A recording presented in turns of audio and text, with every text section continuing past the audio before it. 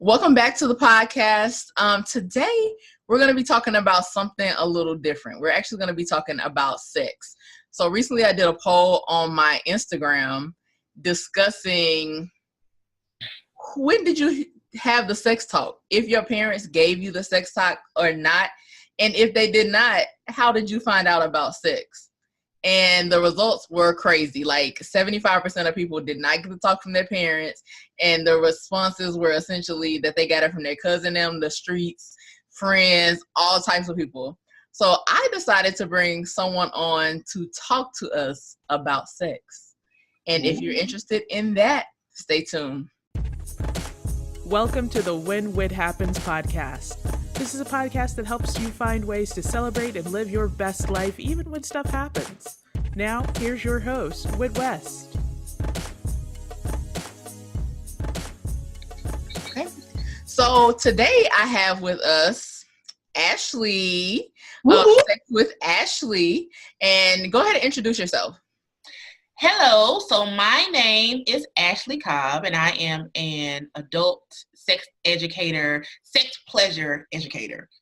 I decided to bring her onto the podcast today because clearly we need some sex education that's not from our cousin them in the streets and everything else. It's not too late for us who were miseducated. So Do you find that that's common to hear that people get no talk from their parents?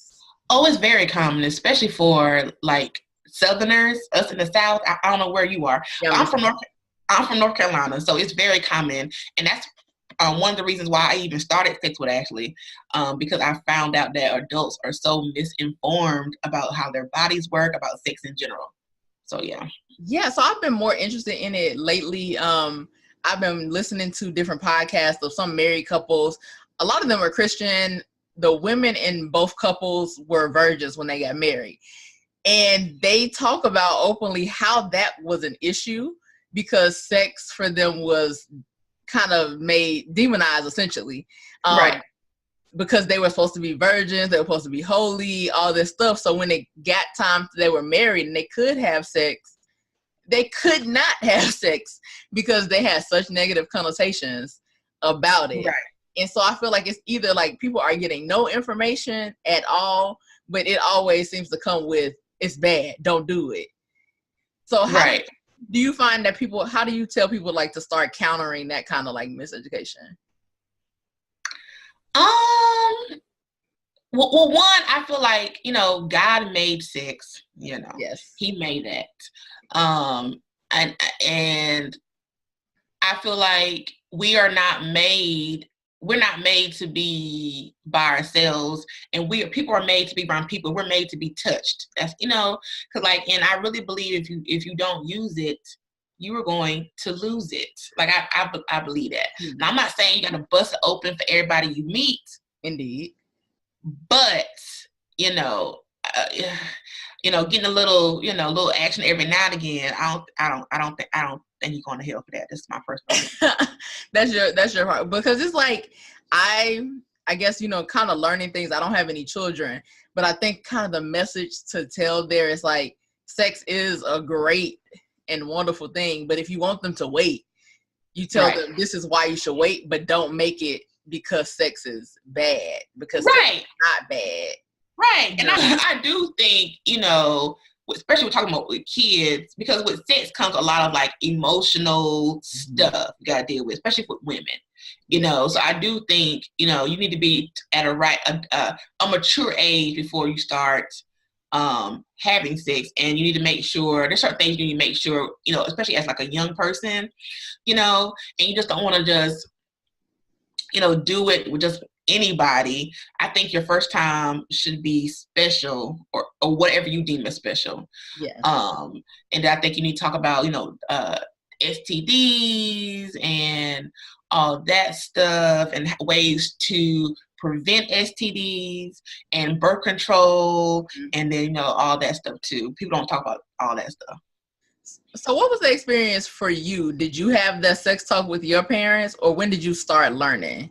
Girl, no. So I didn't even have sex until I got to college. Okay. All of my, not all, I'm not gonna say all of my friends. Well, there were a lot of people that were in high school with me that were already having sex, because you know some people in high school had babies. So I don't know. I was just kind of too scared to do anything, and because I didn't want to have no babies. And then, truth be told, I wasn't really popping like that in high school. I was really like the smart kid, came to school, and so like I wasn't really popping anyway. So college was a different experience for me. You know, it's the first time that I'm away from home. It's the first time that I'm really like getting attention from different types of dudes. And so like, no, I never really had the sex talk with my mother, because I grew up with my mom. She told me that, she said, when I went to college, she was like, okay, so if you ever want to get on birth control, just tell me and I'll take you to get on birth control. So that was our talk. So I think it was like, I came home like the first break or something. I don't know when it was. Like it was, I guess like Thanksgiving or something. I don't know. And I told her, okay, Ma, I want to get on birth control. So she made an appointment. I got on birth control. And she never asked anything else about it. And that was our talk. Yeah, I keep hearing that from people. It's just like, birth control. Like, that's all. Like, don't have no babies. Don't bring no babies in here. No other detailed explanations of anything. So from that point, like, how was, I don't want to be like, how was sex for you, but like, was it what you expected?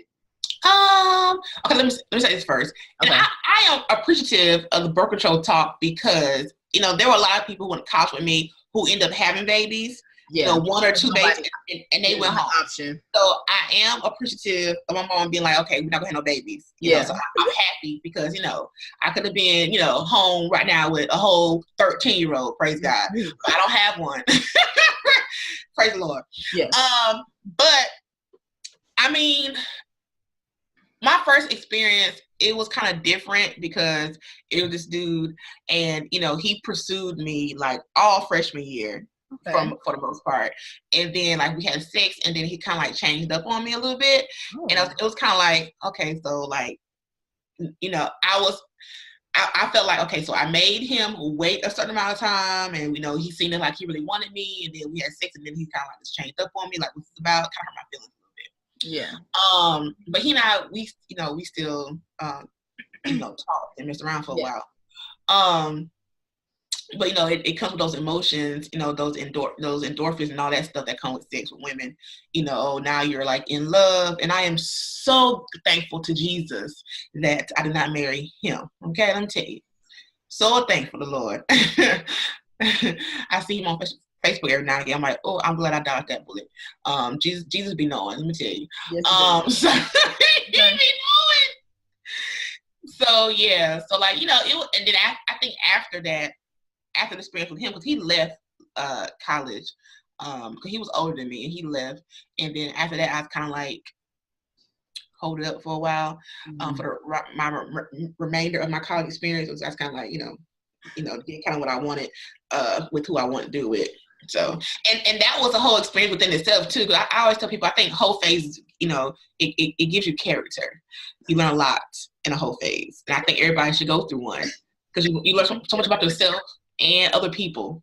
Yeah, this is true. You do learn. You can learn a lot from that time, because I lost my virginity in my teens before, like in high school time, and I feel like I did not have no talk with my mother about anything. She didn't really just want to talk about nothing, but I did ask her the question. I was like, how old were you when you lost your virginity? This, that, and the third. But I was already on birth control because of my irregular cycles. And so I didn't have to worry about that. I also knew what birth control meant. And this was like the beginning of the internet and Ask Jeeves and everything else. So Ask Jeeves. That's still a thing. Remember, it changed to Ask. Oh by yeah, itself, right. But then Google just came out and smashed everything. Yeah, that's right. Yeah, so I think I looked up stuff. Like, I was just trying to figure things out, because it was also some girls that I knew that were younger than me that were like, I haven't got my period yet, so I can have sex. And I was like, so I'm gonna have to tell you how this works, because you can get pregnant before you ever have your first period. And they were like, what? And I was like, yeah, so how this works is that, like, I didn't even know I don't know how I even got this information, because nobody had the period talk with me either. I think my mom just kind of like gave me, this is what you use, or this is feminine spray, this is pads. Like, I don't know how I figured it out myself, but I figured that I was like, no, egg comes, that can get fertilized. If that doesn't get fertilized, you have a period. So technically, you can get pregnant before you have your first period. So like my mama with the period talk, I remember it was this book about periods because I got my period early. I got my period like, somewhere between 3rd and 4th grades. I was like, I don't know. How old are you in 4th grade? 10, 9? 9, so I was up here 9, came around past. Lord, it was a mess. A whole mess. But my mother, because she had her period early, so she had learned that it's like genetics. So your daughter has a period following behind the mother. Yeah. So she got me this book. It was all about periods, and I read that summer, and no lie, I read the book and we talked about it, and then I swear, like I want to say like a month later, I woke up one morning and had blood in my drawers. Like I was like, what in the world is this? Mom like, we remember the book, Ashley? I'm like, yeah. We did have a period talk. For me, though, I was masturbating way before, because clearly I had sex in college, but I was masturbating like, I don't know, middle school, high school, way before I was even like having any like sex. I was doing self-sex before. And I think too, like, and then like, it didn't help too. I learned about a lot of things from like, what was it? What's that HBO show that used to come with sex? Used to come on late at night. The sex show that used to be on HBO. I cannot think of the name of the show. Was it Real Sex? Real Sex. Okay. Yes. So, we used to have an HBO subscription back in the day. Yes. And so Real Sex came on like at, I don't know, midnight. So I will watch Real Sex. I think I've seen every episode of Real Sex. I saw a lot too. Yeah. So like, so it was Real Sex was kind of interesting. Like, oh dang. And then, Top Sex was Sue Johansson used to come on TV too back in the day. Oh yeah. So I used to watch that. So they were my sex education. Okay, yeah. I guess we did kind of have some stuff thrown in there that we could have access to. Although I feel like, I guess with the information, we were singing a lot of sexualized songs, seeing a lot of sexualized stuff, but I don't think it was clicking over in our head as much as it does for kids now. I remember in the 90s, they used to have those shirts with the lyrics written on them, the black shirts with the arts on the front and the lyrics in the back. Yes. Bring those back. Anyway, I remember, like, this is, R. Kelly, I know he's a mess now. I know, and that's exactly where my mind went when you said that. But R. Kelly was the man in the 90s. He just was. The truth is the truth. He was a man in the 90s, and everybody bought his stuff and singing his songs. Yeah. And so I remember the little R. Kelly shirt. I think the shirt was Bump and Grind, and he had a little lyric in the back. And my mom was like, my mom was a teacher, and she saw one of her students had like the shirt, the Bump and Grind shirt. She was like, oh my God, you will never get one of those artist shirts. I'm like, Mom. Yeah, that's so inappropriate. Yeah. I definitely had a Tupac shirt. But so that's where like I was with, and I don't know where, I guess just being around friends in college and talking, like I just happened to have friends who were very, actually a couple of my friends were virgins, but other people were like doing what they were doing and very also studious about stuff. So we were just finding out stuff. We need to look up stuff. The internet was getting more savvy. So we were looking up what we needed to look up in terms of techniques and all kind of stuff during, whatever phases we were in. But we were kind of like educating ourselves. We would run up in the sex store, all kind of stuff. So we were like curious about stuff. But I learned how to like give head off YouTube in college. That's where I learned it from. Yeah, we took notes from Superhead. YouTube and porn. That's where I learned. I think I got it from YouTube. I think YouTube was out a long time. So like, I think it was YouTube, or it wasn't YouTube, it was something like YouTube. I can't remember. It's been a long time. But I learned it from the computer. I know that. That's interesting. So like, where did you start getting like the thought that this was something that you wanted to like actually learn more about and educate people on? Probably around like 3 years or so ago. Okay. Because like, I tell a story all the time, but like I was just posting random like sex facts, random facts that people should know. It wasn't nothing, crazy. It was random facts that I Googled these facts and they popped up. Okay.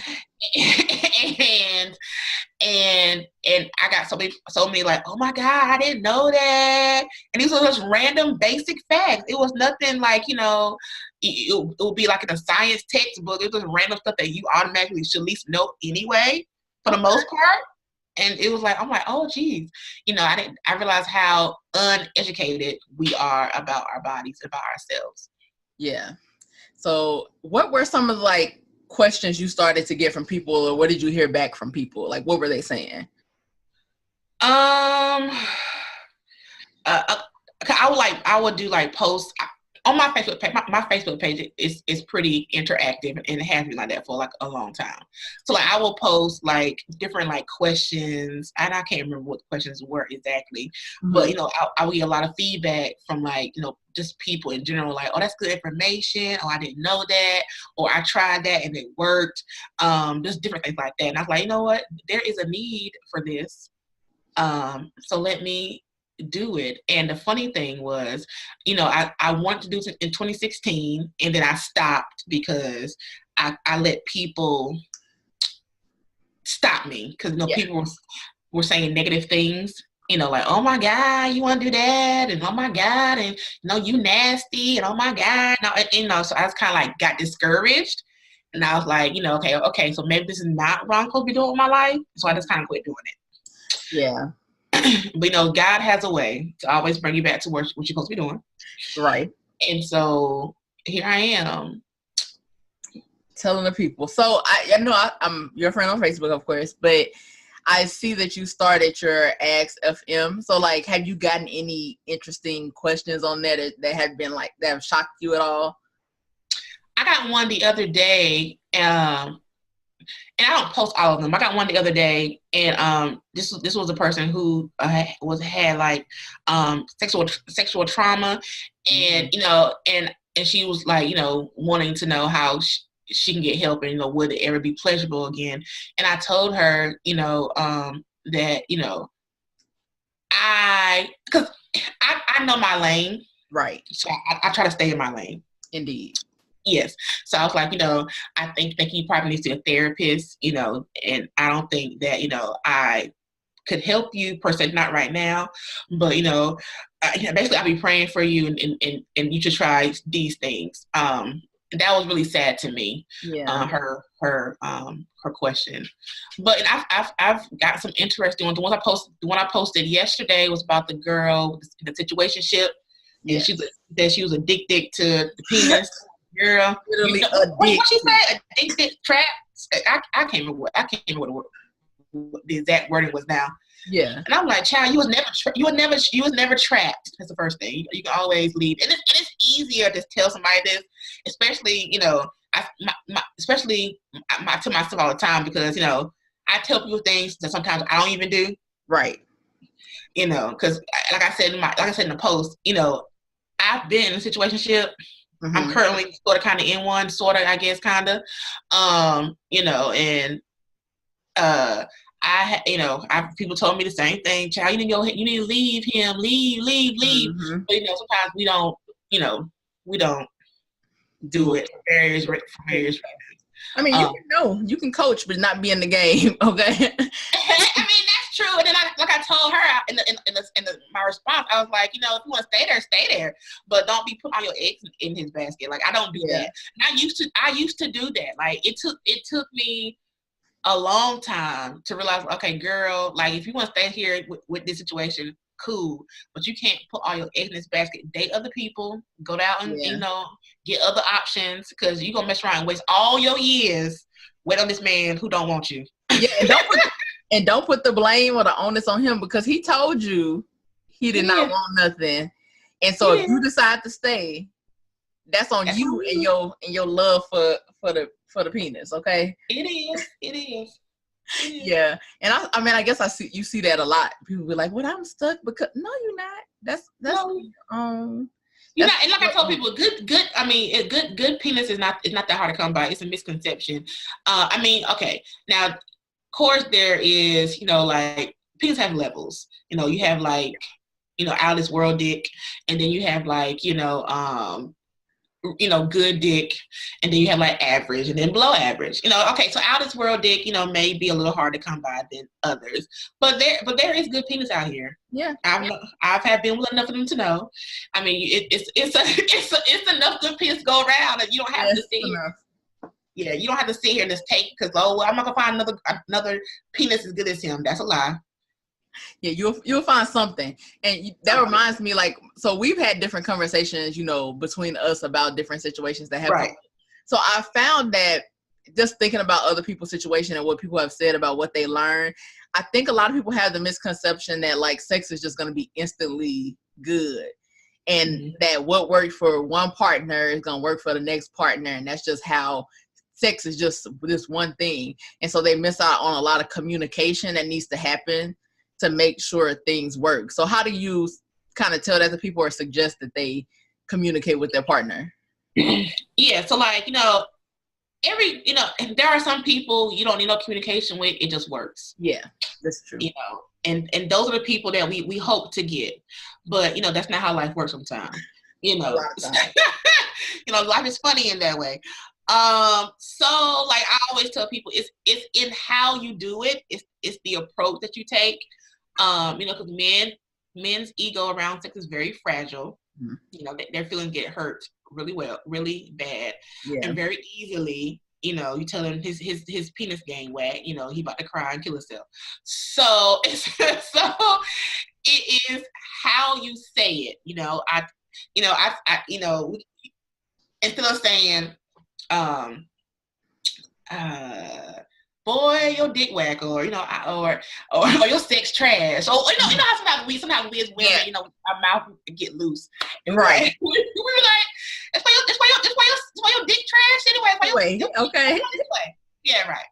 So you can be like, talk about things that you like and he likes. You can say like, well, I like it when men do this position, or I like it when you're eating me out to do this way, or that way. Approach it that way, and then he go like, okay, well, she likes this, so I'm going to try to do that because you already told him what you wanted. Right. Or I'm also a fan of sending visuals, so you can also send like video clips, pictures, and stuff like that. And then you're like, okay, you can say like, oh, let's try this. Or, what, I really want to try this new position next time I see you. So he already be like, okay, great, we're going to try this position when I see her. So he going to be, I guess he practiced, I don't know. But in his mind, he's going to already be like, we're going to do this when I see her. Right. So, yeah. That's true. And I think it's like a lot of things that stop people from doing this. And this is stuff that I'm just learning myself to kind of do, because some people still have the idea that they want to be a good girl and wait until a certain time. And that also, I think, stops them from having these conversations before they get to the point of having sex and end up disappointed. So I feel like sometimes some of this conversation needs to happen before, like you need to kind of get over the good girl thing. You can still have a informative conversation about your likes without being like, and I'm gonna bust it open for you next time. If you want to wait still another month, but start planting those seeds, I feel like, so that you're not disappointed and ready to be like, I'm done after the first time, but you ain't told him nothing. Right. I do think people do that. Even sometimes me, I have it. Even now, sometimes I'm like, okay, Lord, well, for me, it's because I naturally tend to think that men, when they talk to me, automatically assume that we gonna have sex. Yeah. Because of what I do. Yeah. Okay. So, I purposely try to avoid it. Yeah, I avoid it because not that I want you to think I'm a hoe or, whatever you want to think, but it's just like, I don't want this to be a sexual thing only. Yeah. So that's for me. But that's good for you, because then you have the tools on the other end to do whatever you need to do. Right. Now, if I want to, it's funny. This is funny. Now, I got this situation I was in, like, this was like December. So I was I met this dude. Now, I knew dude was only interested in a sexual relationship. I knew this because of his conversation.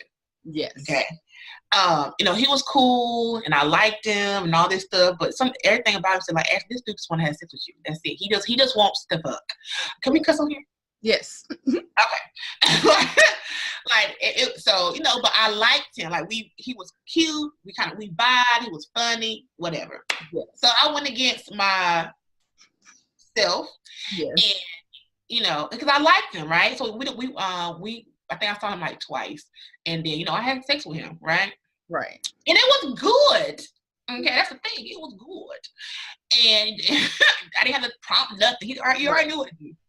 And then after the fact, like he literally just like try to like flip the script. Like he literally flipped the script, and I was like, and I was kind of shocked by it because. No, well, I wasn't really shocked because like I said, I knew ahead of time. Like I told my friends, I'm like, this Negro just want to have sex. That's all he about. Yeah. But I was more so mad at myself that I knew it, and then I just didn't. I went. You knew it. You just you kind of wanted to try it too. I did, and I was cool, Honest to goodness. I was cool with us just having a sexual relationship. Right. But we did talk about that, about like if he was interested in dating, right? And he said no, which was cool. I respected that. So right. I was interested. I'm like, okay, cool. So this can be a beneficial sexual relationship. I was cool with that. Right. And then after the fact, he just was like, do I say did the whole 360? Whole 360. I'm like, well, wait a minute. Like, where did this come from? So I was more so mad at myself because I allowed, I didn't go with my gut and just kind of did the opposite. And then, so it is. Yeah, I hear you on that. Like, I do wish people would be a lot more honest about what they are looking for. Right. And have those conversations, because if you have that up front, yeah, you might miss some, but like neither one of you wasting time. Like you, right? Because if I had known from jump that you just wanted like a one-time thing, cool. So then after it was over, I would have been calling you no more. Yeah, you would have been fine. Right. So I think guys also, I think a lot of this is, what the stuff women hear. We hear all the time that you're not supposed to be having sex, or don't do this, or you don't get messed up. But guys a lot of time hear, that they kind of have to like trick a woman into having sex because of that. Like they have to pretend like they want other stuff. Like let's all try to like be a little more upfront about what we want and what we need and what we desire. Girls need love too. You heard the remix? Oh, girl, go listen to the remix with Drake, because Drake. Yes. Okay. He said all you need is dick with no complications, and I said, oh my, he's preaching a sermon. Who song is that? It's Girls Need Love by Summer Walker. She's like, she's up next. Like I like her music. And I like Girls Need Love by itself, but then she dropped the remix with Drake yesterday. And it's just talking about like, sometimes you just need to call your person and get it in. And it's like an honest communication between them. He like, I feel like you're not using me like you should be. Just call me up. Sometime I'll slide through and slide in, if you need me. And I'm like, this is the kind of conversations we need. Right. Talking about how girls, girls can't never really say they want it. They can't say they need it. It's a song. I think you'll like it. You'll like it. Let me look this up. All I need is dick with no complications. Look, that's really what I need in my life. This is what Drake said. That's what I said, boy, you preaching a sermon. No complications. No complications. No, I can't pick you up. No, I just want you to be able to come here. Don't it just come with complications. Like, I'm like, I want a relationship, but a lot of stuff is rolling right now for me. So I'm like, I could use some dick with no complications in the meantime. Yeah. Nice. Great. Yeah. Thank you. I appreciate that. Putting that thought into my mind. That's all you need. Definitely. That is all you need. So what has been one of the things that you've come across with people that you're maybe not surprised that they don't know, but like something that you hear often that people like did not learn about sex? This is a big one. I think with STDs, people are still under the impression that you can look at it and tell. Like, no, like this is not 1997. Things have changed in the last 20 plus years. There are things. I did a poll on my page, and the question was, would you have sex with someone who has an STD? That was the poll. It was a yes or no. and the no's were like crazy high. And I was like, well, I'm going to bet that all of you have had sex with someone with an STD. Like, I'm willing to bet my next paycheck on it. You know, you just didn't know it. You know what I'm saying? You know, because there are a ton of STDs that have no symptom, or like it's in like, I won't say remission, but it's in like, what's the word? It's not active. It's yes. Yeah, it's not active. Yeah, it's not active, so it doesn't have any symptoms at the time. Yes, they still have it, but you cannot tell it, and they don't even know because there are no active symptoms. Yep, how HPV is. Yes, done its how thing. herpes work. Like, you know, herpes is not the same. Like those pictures they showed us in 5th grade, child, it don't even look like that no more. Like you will not even, if you were looking for a private area that has all these bumps and welts on it, you're gonna be looking for a long time, because that is not how it looks anymore.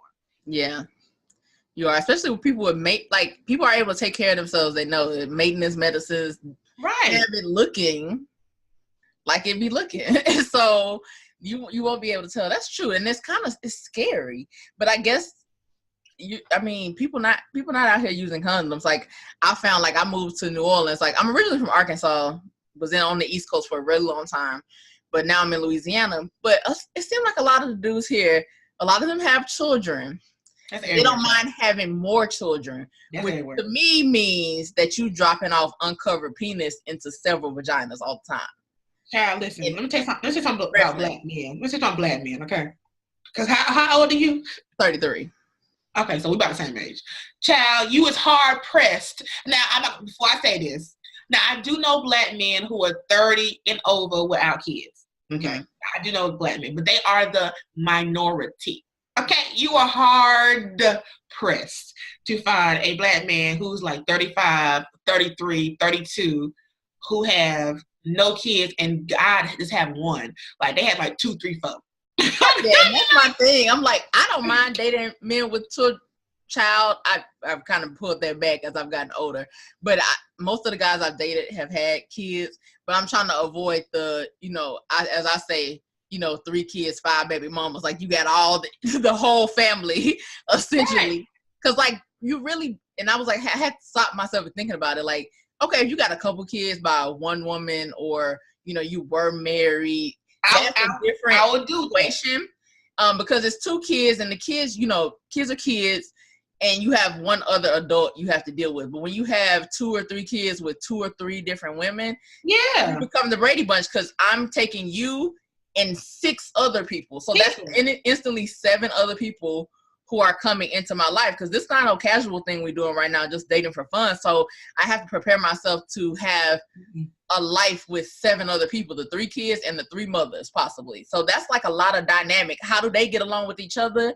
How they gonna get along with me? How this one and this one get along with me, and then this one and this one it's too much math for me, and I like that. And then to kill me, they get mad because you be like, I don't want to date nobody with all these baby mamas. Like, first of all, no one told you to go out and have all these kids. That's the decision you made. Okay, that got nothing to do with me. Okay, so don't. It's not, like, don't do that. I mean, I have no problem with men with kids, but I don't. Okay, I don't have any children, so, and I'm not really a child person. I want my own kid. I don't know if I want like a whole bunch of children. Yes. But like, I want one, So like, if you already got a ready-made family, if you have 6 kids, I'm exaggerating, but if you have 6 kids, I have to walk into that and be ready to be that kid's parent. Yeah.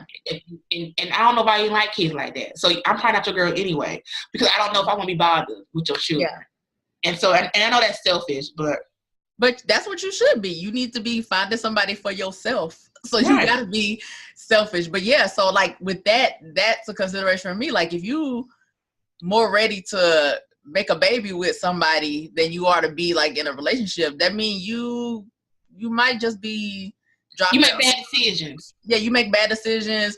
You going raw all over town, because that's how you. I had this dude I used to talk to briefly, and he had multiple kids and all his kids had different mamas.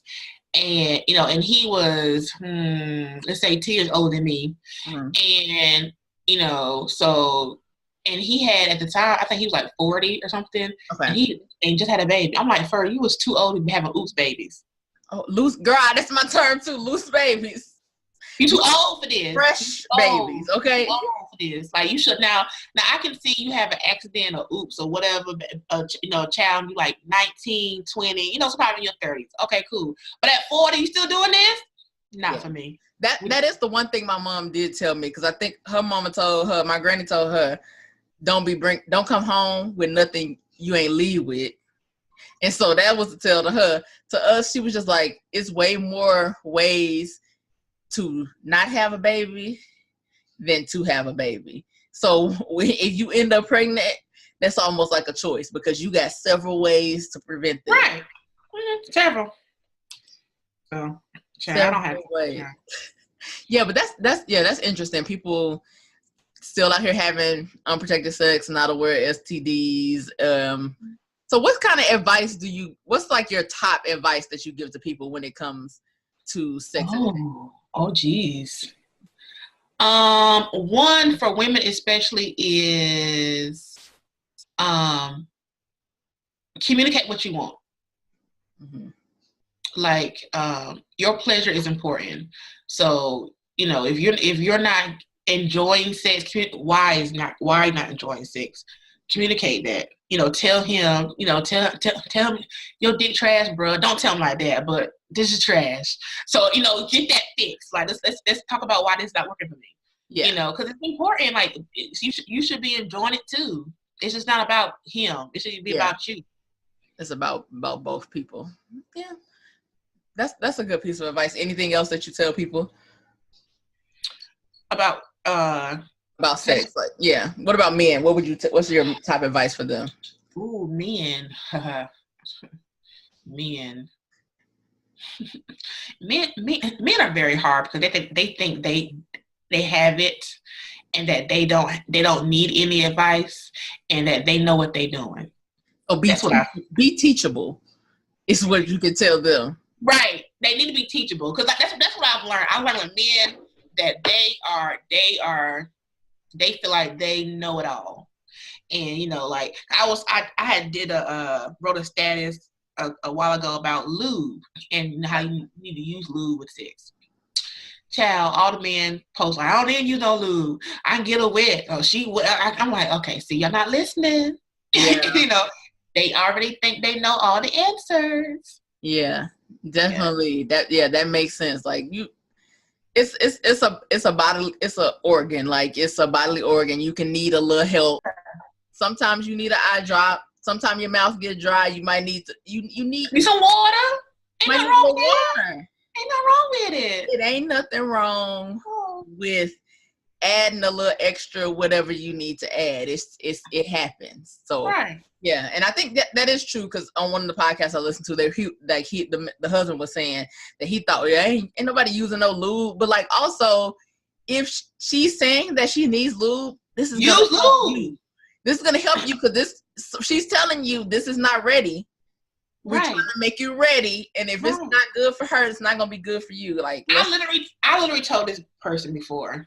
I was like, I told him, we need to use lube next time, because even though, I mean, the experience wasn't horrible, but he was a little too big and a little wide, and we have, like, especially like with width and girth, you need extra lube, like, you know, and I have no problem, you know, lubing, getting wet down there or nothing like that, but it's just the extra friction, and he's wide. You need extra lube. Yeah. You know what this fool told me? He told me that. No other girl told me that, and it had no problem. Well, first of all, I'm not no other girl. That's the first thing. And I'm going to tell you. My pussy ain't they pussy. That's the first thing. It's different. All right. Okay. 2, and I mean, I don't know. They could have been suffering in silence. I mean, I don't know. Exactly. You don't know. But I'm telling you that if you want to have sex with me again, this is what we need to do. That's just what it is. Yeah. And like, I think he's like kind of like low-key offended about it, but oh well. Oh, goodness. Again, be teachable. Just listen to what somebody, because it can be all kind of things. I remember one time it was because the room we were in was very hot. So like it was just not working because our bodies were not focusing on that. They were trying to keep us cool. Like the AC was broken wherever we were or something like that. And so it was like, oh, you need something. Right. Like it can be it ain't because you ain't got it or she right. Right. It's a physical reaction that's not happening. Like your body can stop all kinds of things to focus on something else.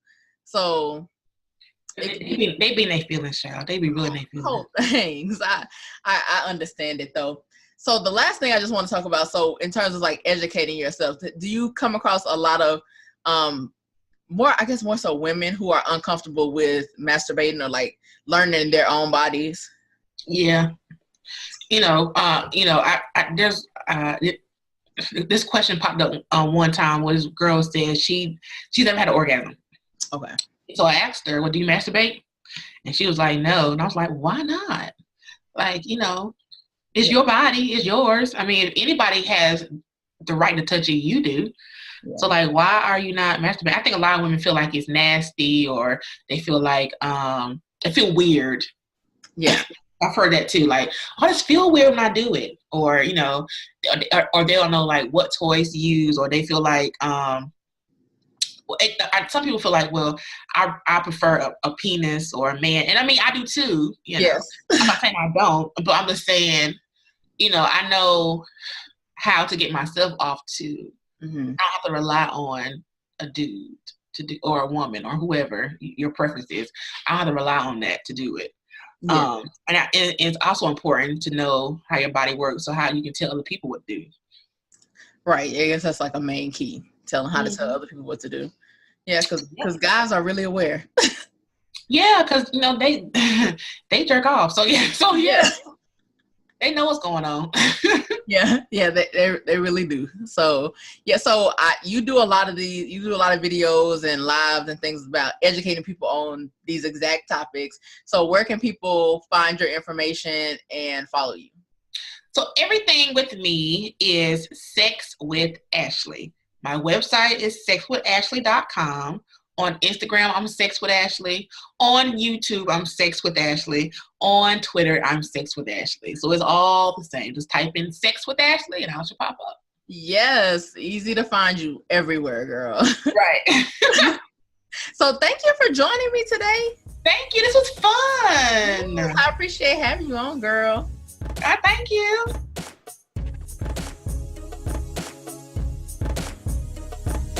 Thank you for listening to When Whit Happens. You can find Whit living her best life at whithappens6.com and at whithappens6 on social media. Subscribe and follow for updates. Until next time, keep living your best life.